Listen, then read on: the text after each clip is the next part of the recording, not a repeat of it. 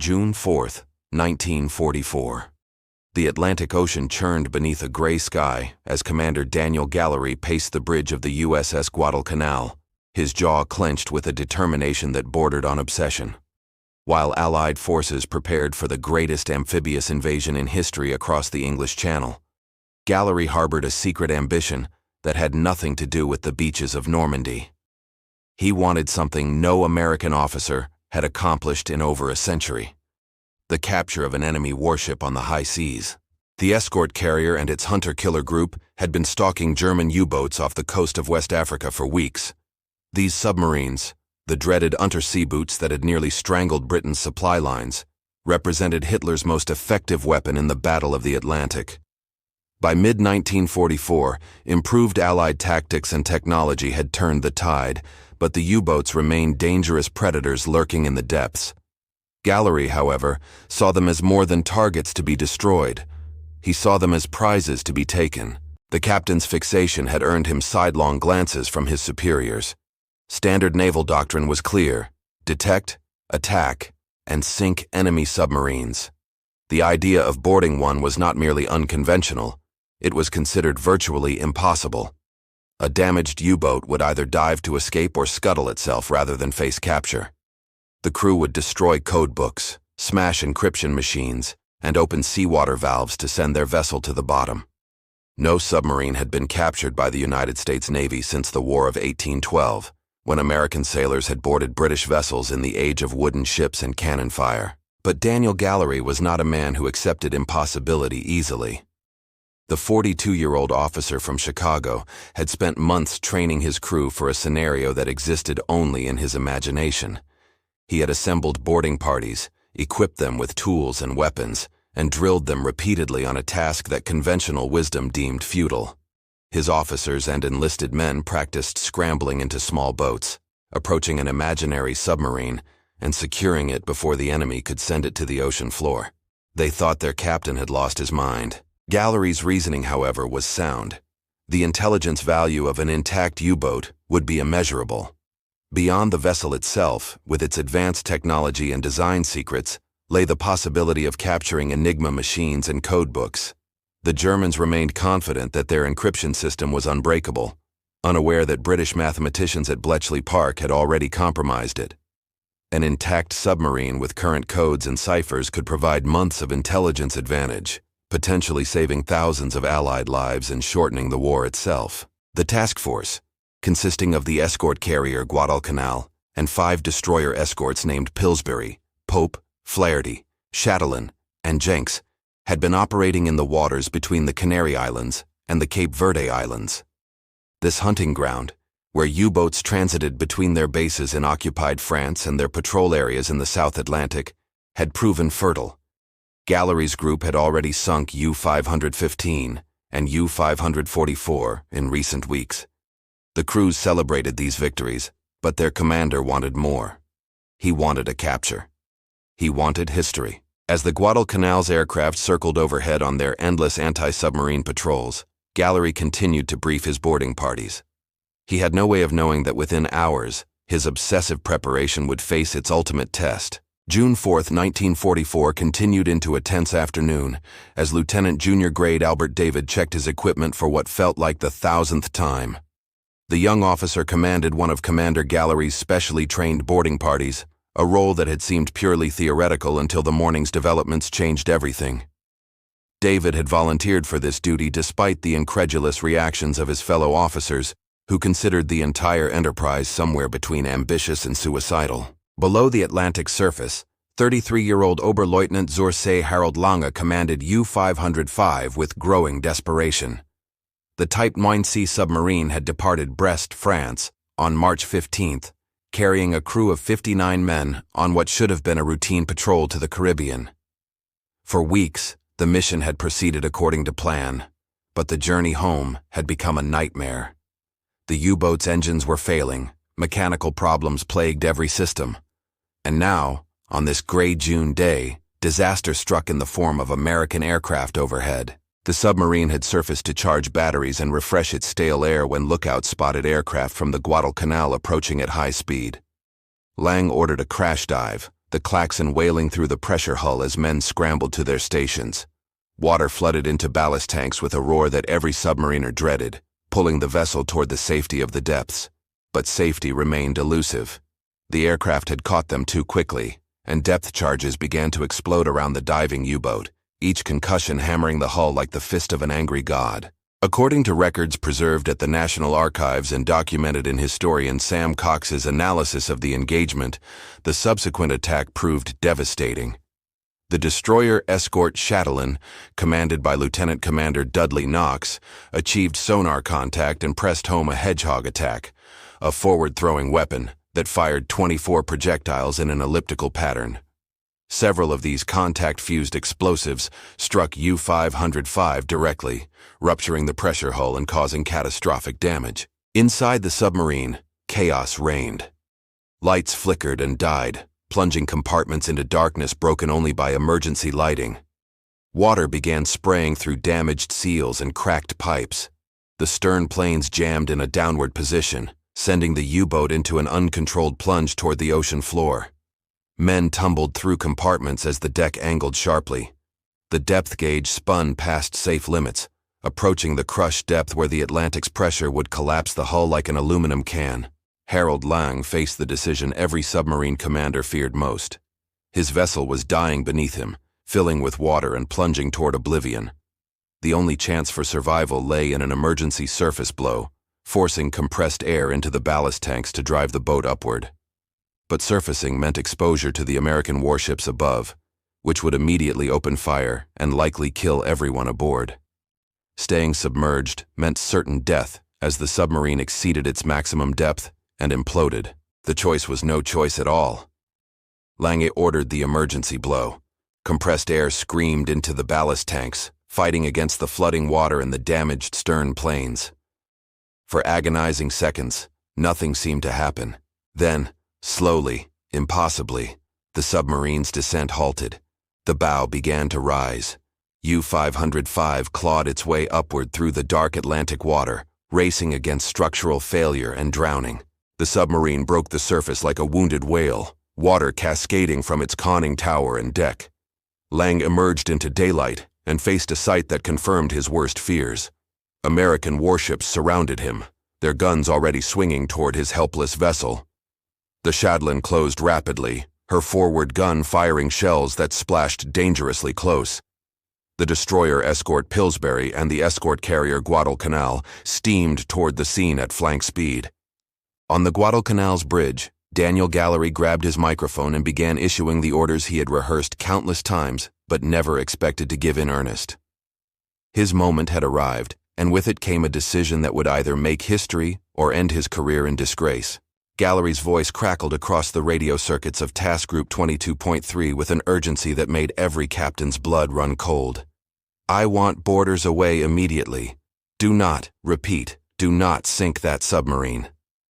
The commander's words represented a direct violation of established naval doctrine. Standing orders required immediate destruction of surfaced enemy submarines to prevent them from diving, escaping, or launching torpedoes at the attacking force. Yet here stood Gallery, countermanding generations of naval wisdom with an order that could cost American lives. On the Pillsbury, Commander George Godfrey processed the command with a mixture of shock and professional obligation. His destroyer escort was already at battle stations, gun crews prepared to blow the U-boat out of the water. Standard procedure demanded exactly that response. But Gallery's order was explicit, and Godfrey was an officer who followed orders, however unconventional. He redirected his guns to fire warning shots while simultaneously calling away his own boarding party, a crew of sailors who had trained for this moment under Gallery's insistent direction, but had never believed it would actually happen. Lieutenant Albert David, the 23-year-old boarding officer, felt his stomach tighten as he watched the whaleboat being lowered over the Pillsbury's side. 8 men joined him in the small craft, each one a volunteer, each one aware that they were about to attempt something unprecedented in modern naval warfare. Petty Officer First Class Arthur Knispel handled the boat's engine while the others clutched rifles, pistols, and the specialized equipment Gallery had insisted they carry. Wrenches, hammers, and plugs designed to stop flooding. The sea state had deteriorated, with swells reaching 6 feet and spray whipping across the water. The whaleboat rose and fell sickeningly as it motored toward U-505, which wallowed dead in the water some 800 yards away. From the submarine's deck, German sailors were abandoning ship, jumping into the ocean and swimming away from their doomed vessel. Harold Lang had ordered the crew to evacuate, and the engineers to open scuttling valves that would flood the submarine and send it to the bottom. David could see that the U-boat was already settling lower in the water, its bow beginning to dip beneath the surface. The race was on, and if the Germans succeeded in scuttling their vessel before the Americans could board it, Gallery's gamble would fail spectacularly. Worse, if the submarine sank while David and his men were aboard, they would be trapped inside a steel coffin and pulled to the ocean floor. Historical documentation maintained by the Naval History and Heritage Command indicates that the approach took nearly 20 minutes, each second critical, as the submarine slowly filled with seawater. German sailors in the water watched in bewilderment as American sailors approached the U-boat rather than simply letting it sink. Some of the Germans shouted warnings in broken English, gesturing frantically at the submarine. Whether they were trying to help their enemies avoid danger or ensure the scuttling proceeded uninterrupted remained unclear in the chaos. The whaleboat finally came alongside the submarine's hull, rising and falling dramatically in the swells. David grabbed the cold steel of the conning tower ladder and began to climb, his heart hammering against his ribs. Water streamed down the ladder, making each rung slippery and treacherous. Behind him, his boarding party followed, their weapons ready despite the apparent absence of defenders. David reached the bridge atop the conning tower and paused, listening. He expected gunfire, expected defenders to emerge and fight for their vessel. Instead, he heard only the sound of rushing water and the groan of stressed metal. The Germans had truly abandoned their submarine, but in their haste to escape, they had also set the scuttling in motion. Descending through the conning tower hatch, David entered a dim, alien world. Emergency lighting cast red shadows through compartments tilted at odd angles. Water sloshed through the control room, already ankle-deep and rising. Equipment hung at strange angles, and documents floated in the flooding water. The submarine was dying, and David and his men had only minutes to save it, or die trying. Behind David, Radioman Second Class Stanley Dawiak began grabbing papers, code books, and any documentation he could find, stuffing them into waterproof bags. Meanwhile, Torpedo Man's mate Second Class Zenon Lukosius searched desperately for the scuttling valves that were flooding the submarine, knowing that every second of delay brought them closer to disaster. Water poured through U-505's damaged hull with relentless force as Albert David's boarding party scrambled through the unfamiliar German submarine. The vessel groaned and creaked around them, settling lower in the Atlantic with each passing minute. Emergency lighting cast eerie red shadows through compartments where seawater already climbed past their knees, cold and shocking even in the tropical latitude. Zenon Lukosius splashed through the control room, his training as a torpedoman giving him enough mechanical intuition to recognize critical systems. The Germans had designed their submarines differently from American vessels, with controls and labels in a foreign language and layouts that seemed backwards and alien. But basic principles of naval architecture remained universal. Somewhere in this flooding nightmare were valves that needed closing, and Lukosius intended to find them. The sound of rushing water led him to the after torpedo room, where a torrent poured through an opened seacock.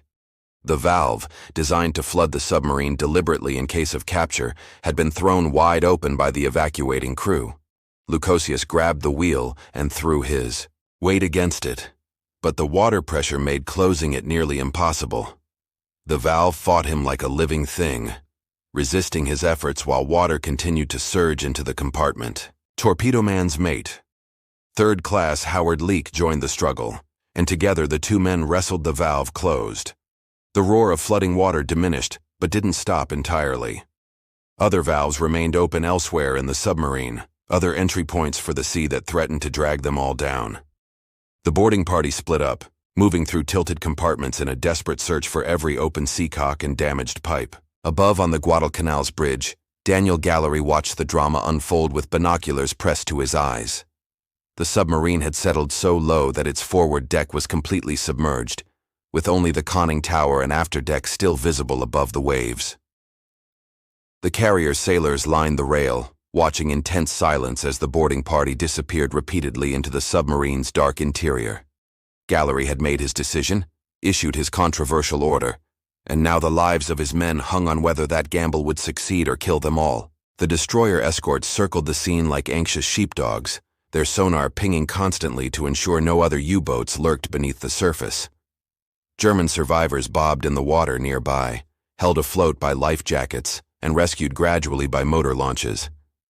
Harold Lang floated among his men, watching Americans disappear into his former command, understanding that if the boarding party succeeded, Germany's submarine service would suffer a catastrophic intelligence failure.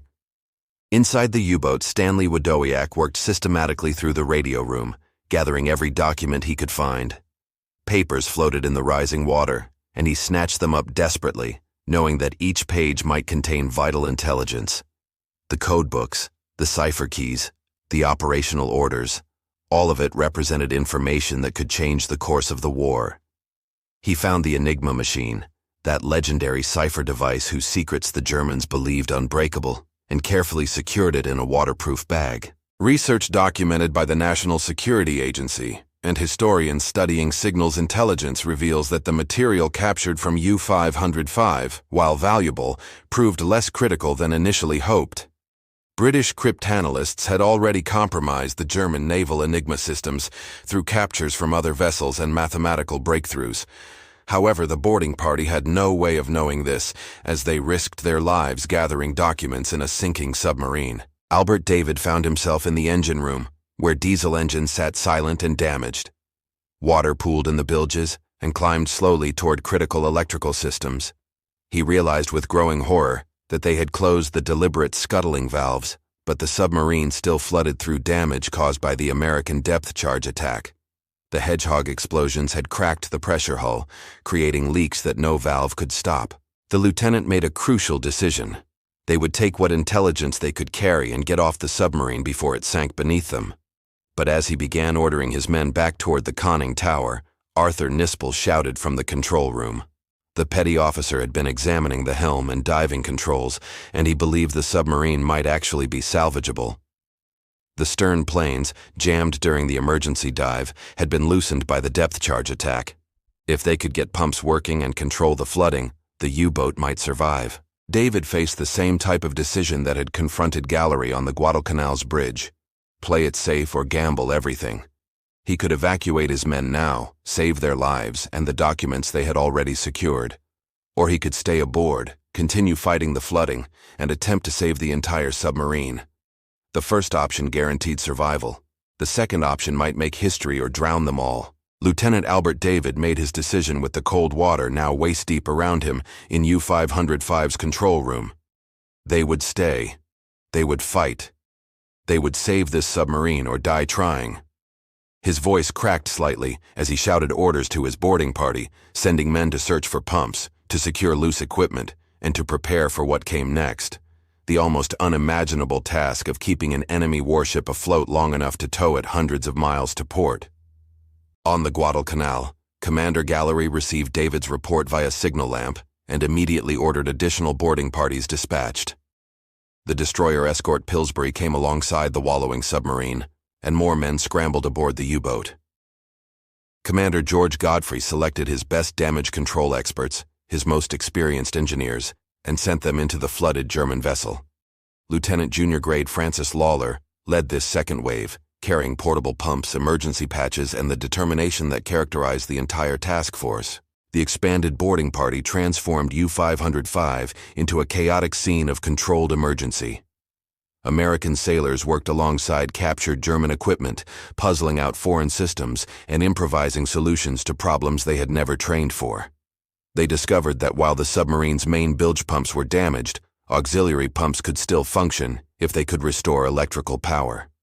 Electricians mate second class, Roland Belanger, traced circuits through water-damaged panels, attempting to coax life from the submarine's dying electrical system. June 4th became June 5th as darkness fell on the Atlantic. The task force rigged floodlights to illuminate the submarine's deck, creating a surreal scene of American sailors laboring aboard an enemy vessel, while German prisoners watched from the decks of their captors' ships. Harold Lang, now aboard the Guadalcanal, answered questions through an interpreter, his face a mask of professional courtesy, concealing the humiliation of losing his command intact to the enemy. The German captain confirmed what the boarding parties had discovered. U-505 had been suffering mechanical failures for weeks. The submarine's engines were unreliable, its batteries depleted, and its hull weary from months of patrol. The depth charge attack had simply delivered the final blow to a vessel already struggling to survive. Ironically, these weaknesses now made the submarine easier to capture. A fully functional U-boat might have escaped or fought more effectively. Historical records preserved in the operational archives of the United States Navy document the extraordinary effort required to stabilize the captured submarine. The boarding parties worked through the night, closing watertight doors to isolate flooded compartments, starting pumps to expel water, and patching damaged hull plates with whatever materials they could improvise. The submarine remained dangerously low in the water, but gradually, painfully, the flooding came under control. Dawn on June 5th revealed a scene unprecedented in modern naval warfare. The escort carrier Guadalcanal had rigged a towing cable to U-505, and the strange procession began moving eastward toward Bermuda, some 2,400 miles distant. The destroyer escorts formed a protective screen around the carrier and its prize, their sonar operators vigilant for any German submarines that might attempt to torpedo the captured vessel and prevent its secrets from reaching Allied intelligence. The tow proceeded at a painful crawl, rarely exceeding 4 knots due to the submarine's flooded condition and the weather that continued to deteriorate. Every few hours, the towing cable parted, requiring the entire operation to stop while new cables were rigged. Each breakdown brought the risk that U-505 would sink before they could resume towing. The boarding party, now expanded to include nearly 24 men rotating in shifts, lived aboard the submarine in conditions that ranged from uncomfortable to dangerous. Francis Lawler established a routine aboard the U-boat, assigning men to pump watches, damage control stations, and lookout positions.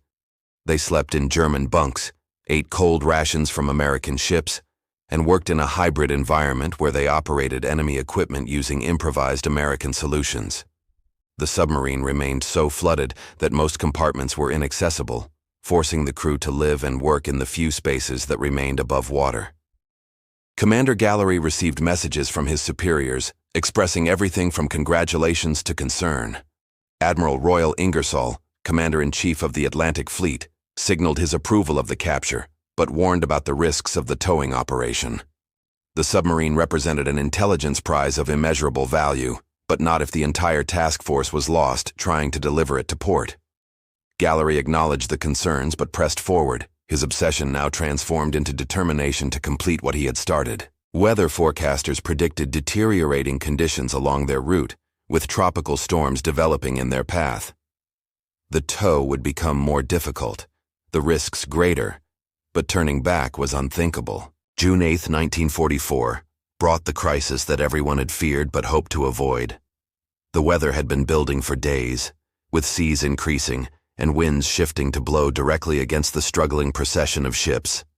U-505, riding low in the water with tons of seawater still trapped in her damaged compartments, began to behave like a reluctant whale being dragged against its will. The submarine yawed wildly at the end of the towing cable, swinging left and right in increasingly violent arcs that threatened to snap the connection or capsize the vessel entirely. Albert David, now exhausted from days of continuous stress aboard the captured U-boat, felt the deck shifting beneath him with a sickening unpredictability. The submarine would roll to starboard, hang there for a moment that felt like eternity, then crash back to port with a shudder that sent unsecured equipment flying and tested every repair the boarding party had made.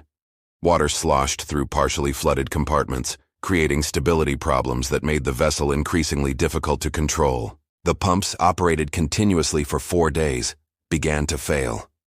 One after another, the portable American pumps seized up or burned out, unable to handle the constant workload and the contaminated seawater they were processing.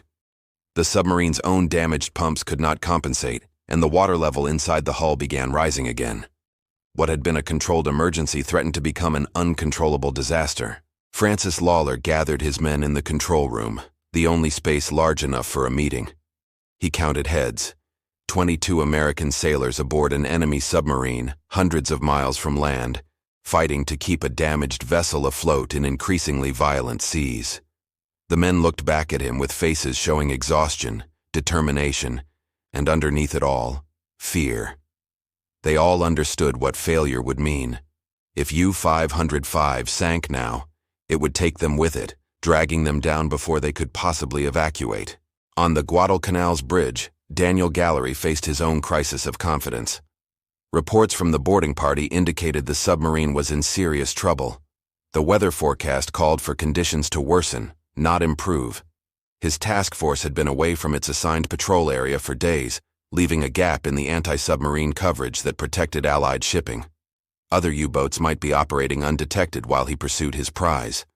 The logical decision, the safe decision, would be to cut the towing cable, evacuate the boarding party, and sink the submarine with gunfire. But Gallery had not come this far to surrender his ambition to caution.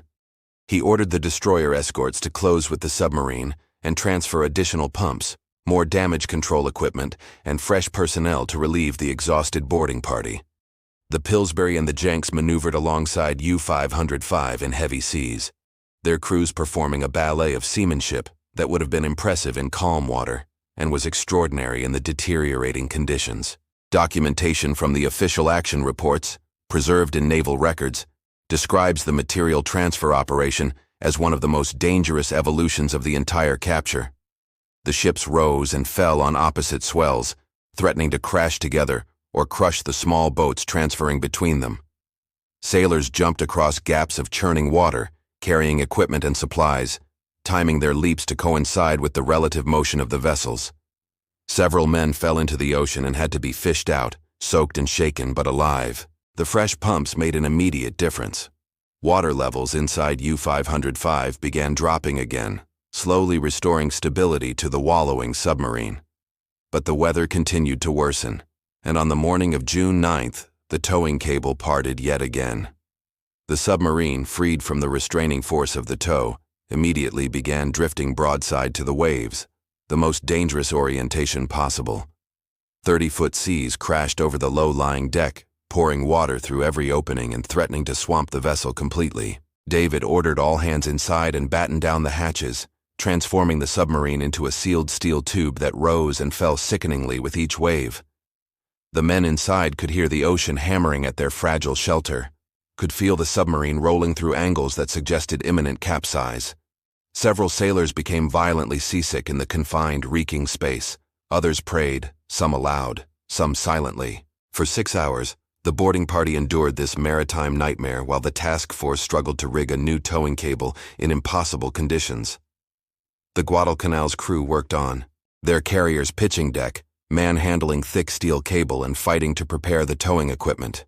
The Pillsbury attempted to pass a messenger line to the submarine multiple times, each attempt defeated by the violent seas that snapped light lines like thread. Finally, as afternoon faded toward evening, the messenger line made it across. The boarding party hauled aboard progressively heavier cables until finally the main towing hawser was secured. The Guadalcanal took up the strain carefully, and the procession resumed its crawl toward Bermuda.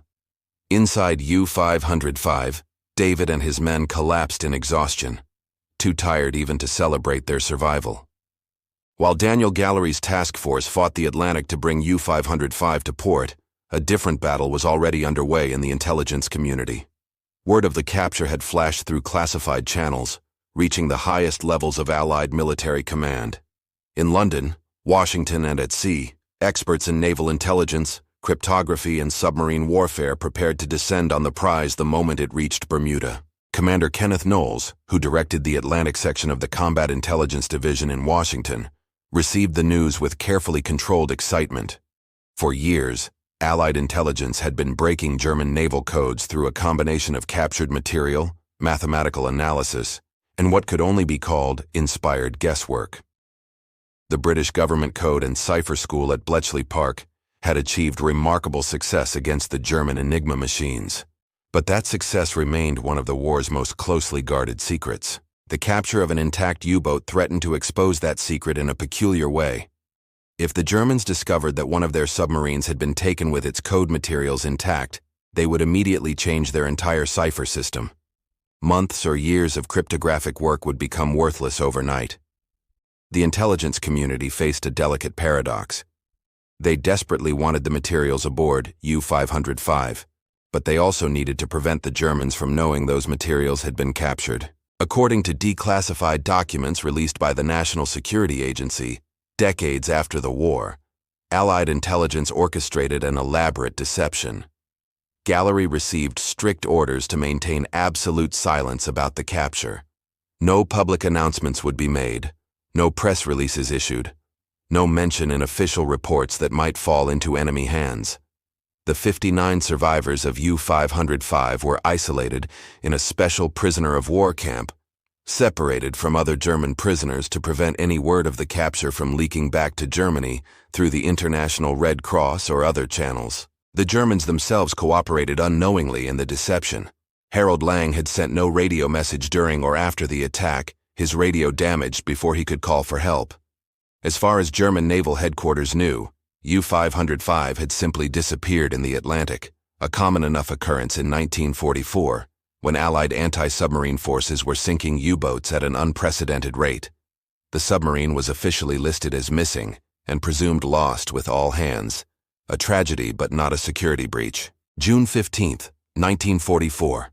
After 11 days of towing, with the boarding party exhausted and the submarine barely afloat, U-505 finally entered the harbor at Bermuda.